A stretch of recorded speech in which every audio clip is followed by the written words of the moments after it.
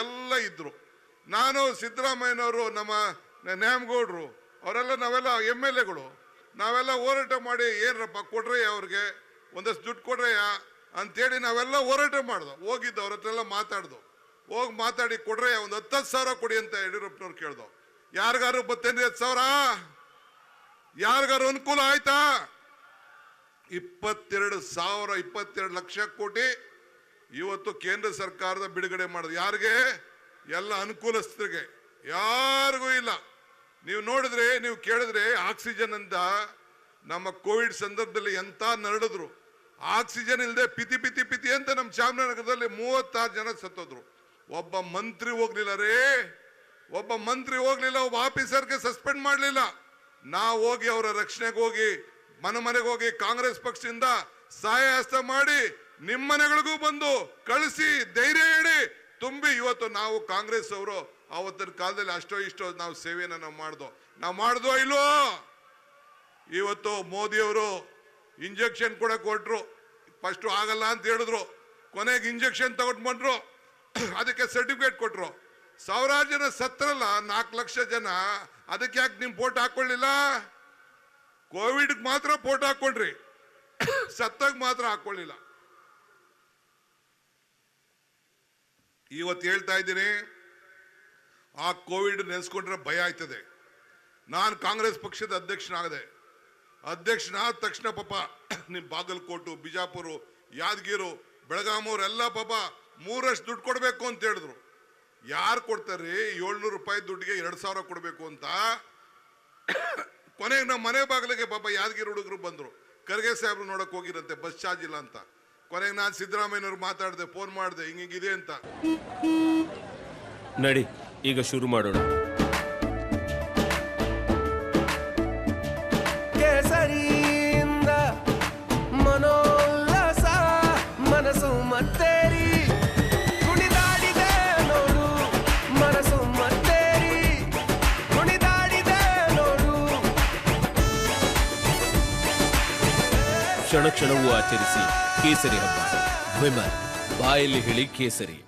ಕೊನೆಗೆ DK ಅಂತೇಳಿ ನಾನು ಹೇಳಿದೆ, 1 ಕೋಟಿ ರೂಪಾಯಿ ಕೊಟ್ಬಿಡೋಣ ಸರ್ ಅಂತ. 1 ಕೋಟಿ ರೂಪಾಯಿ KSRTCಗೆ ಚೆಕ್ ಬರ್ದೆ. ನಿಮ್ಮನ್ನೆಲ್ಲರೂ ಕೂಡ ನಿಮ್ಮಲ್ಲಿ ಕೂಲಿ ಮಾಡ್ತಿದ್ದವ್ರನ್ನೆಲ್ಲ ಫ್ರೀ ಆಗಿ ಕಳಿಸಿದ್ವಾ ಇಲ್ವಾ? ಇದು ಕಾಂಗ್ರೆಸ್ ಪಕ್ಷದ ಕೊಡುಗೆ. ನಾನು ಯಾವಾಗಲೂ ಒಂದು ಮಾತು ಹೇಳ್ತಾ ಇರ್ತೀನಿ, ಕಾಂಗ್ರೆಸ್ ಶಕ್ತಿ ದೇಶದ ಶಕ್ತಿ.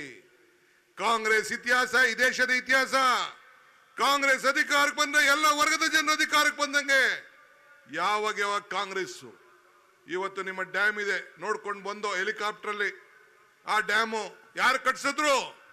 ಈ ದೇಶದಲ್ಲಿ ಯಾವ್ದಾದ್ರು ಅಣೆಕಟ್ಟು ಕಟ್ಟಿದ್ರೆ ಕಾಂಗ್ರೆಸ್ ಪಾರ್ಟಿ. ಎಷ್ಟು ಡ್ಯಾಮ್ಗಳನ್ನ ಈ ರಾಜ್ಯದಲ್ಲಿ ಕಟ್ಟಿದ್ರೆ?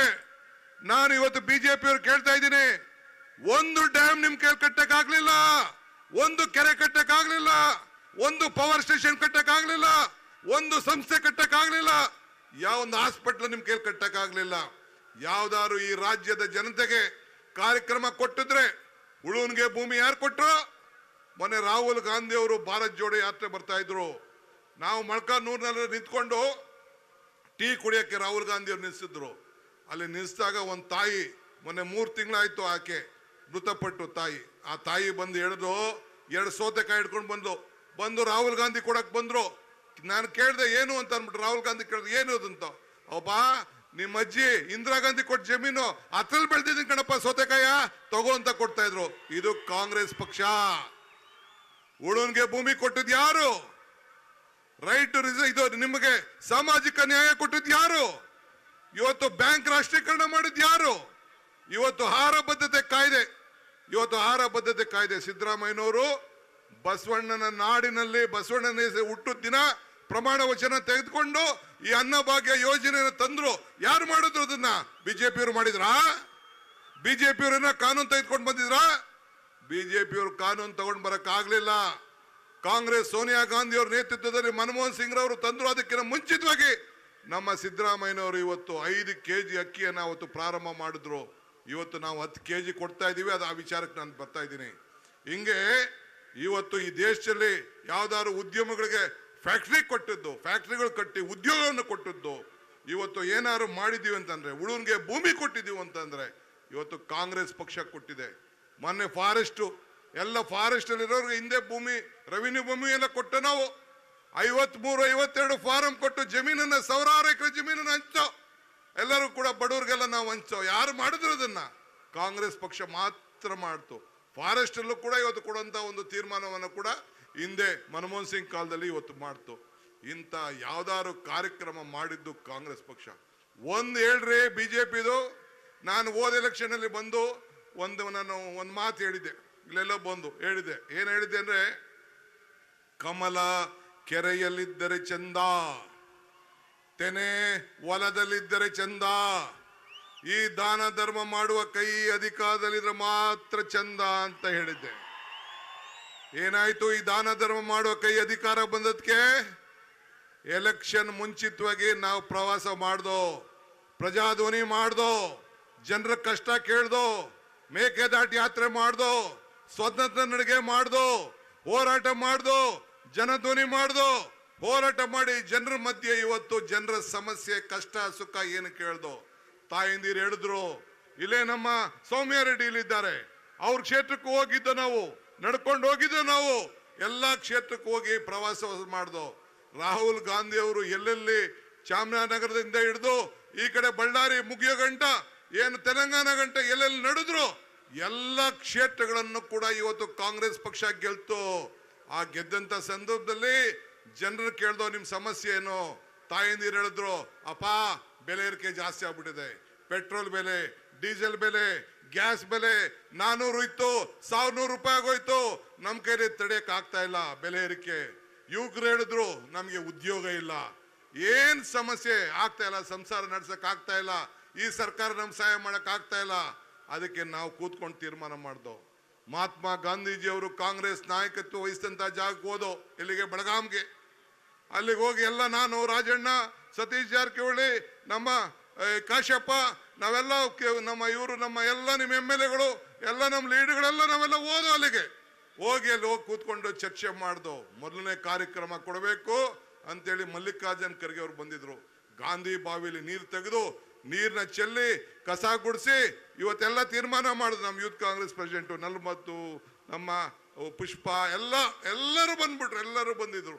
ಬಂದು ಕಸ ಗುಡಿಸಿ ತೀರ್ಮಾನ ಮಾಡ್ದು. ಅಲ್ಲಿ ಪ್ರಾರಂಭ ಮಾಡ್ದು. ಮೊದಲನೇ ಯೋಜನೆ ಯಾವ್ದು ಕೊಟ್ಟೋ ಗೊತ್ತಾ? ಮನೆ ಬೆಳಗ್ಬೇಕು, ಗೃಹ ಜ್ಯೋತಿ 200 ಯೂನಿಟ್ ಉಚಿತವಾಗಿ, ಯಾರು ಬಿಲ್ ಕಟ್ಟಬಾರ್ದು, 1500 ರೂಪಾಯಿವರೆಗೂ ಉಳಿಬೇಕು ಅಂತ ತೀರ್ಮಾನ ಮಾಡಿ ನಿಮ್ಗೆಲ್ಲ ಉಚಿತವಾಗಿ ಕರೆಂಟ್, ಫ್ರೀ ಕರೆಂಟ್ ಕೊಡ್ತಾ ಇದೀವೋ ಇಲ್ವೋ ಅಷ್ಟು ಹೇಳಿ. ಕೊಡ್ತಾ ಇದೀವಾ? ಕೊಡ್ತಾ ಇದ್ರೆ ಕೈ ಎತ್ತಿ, ಇಲ್ಲಾಂದ್ರೆ ಕೈ ಎತ್ತಬೇಡಿ. ಆಯ್ತು, ಬಹಳ ಸಂತೋಷ. ಬಾಗಲಕೋಟೆಲೆಲ್ಲ ತಲುಪ್ತಾ ಇದೆ ತಾನೇ. ಎರಡನೇ ತೀರ್ಮಾನ ಮಾಡ್ದು, ಹೆಣ್ಣು ಮಕ್ಕಳಿಗೆ, ಹೆಣ್ಣು ಕುಟುಂಬದ ಕಣ್ಣು. ಅದಕ್ಕೆ ತಾಯಿ ಬನಶಂಕರಿ ನೆನೆಸ್ಕೊಳ್ತಾ ಇದ್ದೀವಿ. ಇವತ್ತು ಯಾವ ಊರಿಗೆ ಹೋದ್ರು ನಿಮ್ ಗ್ರಾಮ ದೇವತೆ ಯಾವುದು ಅಂತ ಕೇಳ್ತೀವಿ. ದೇವ್ರನ್ನ, ಲಕ್ಷ್ಮೀ ವೆಂಕಟೇಶ್ವರನ ನೋಡ್ಬೇಕಾದ್ರೆ ಹೋಗ್ಬೇಕಾದ್ರೆ ಫಸ್ಟ್ ಲಕ್ಷ್ಮಿ, ಆಮೇಲೆ ವೆಂಕಟೇಶ್ವರ. ಪರಮೇಶ್ವರನ್ ಕರಿಬೇಕಾದ್ರೆ ಪಾರ್ವತಿ ಪರಮೇಶ್ವರ. ಗಣೇಶನ ಹಬ್ಬ ಮಾಡ್ತೀವಿ. ಗಣೇಶನ ಹಬ್ಬ ಮಾಡಕ್ಕೆ ಮುಂಚಿತವಾಗಿ, ಪಾಪ ಗಣೇಶನ್ ಮದುವೆ ಆಗಿಲ್ಲ, ಮೊದಲು ಗೌರಿ ಹಬ್ಬ ಮಾಡ್ತೀವಿ, ಆಮೇಲೆ ಗಣೇಶನ ಹಬ್ಬ ಮಾಡ್ತೀವಿ. ಹಂಗೆ ನಮ್ಮ ಸಂಸ್ಕೃತಿಲಿ ನಮ್ಮ ಹೆಣ್ಮಕ್ಳಿಗೆ ನಾವು ಗೌರವ ಕೊಡ್ತೇವೆ. ಈ ಬಾರಿ ಲೋಕಸಭೆಗೆ 6 ಜನ ಹೆಣ್ಣು ಮಕ್ಕಳಿಗೆ ಕಾಂಗ್ರೆಸ್ ಪಕ್ಷ, ಭಾರತೀಯ ಕಾಂಗ್ರೆಸ್ ಪಕ್ಷ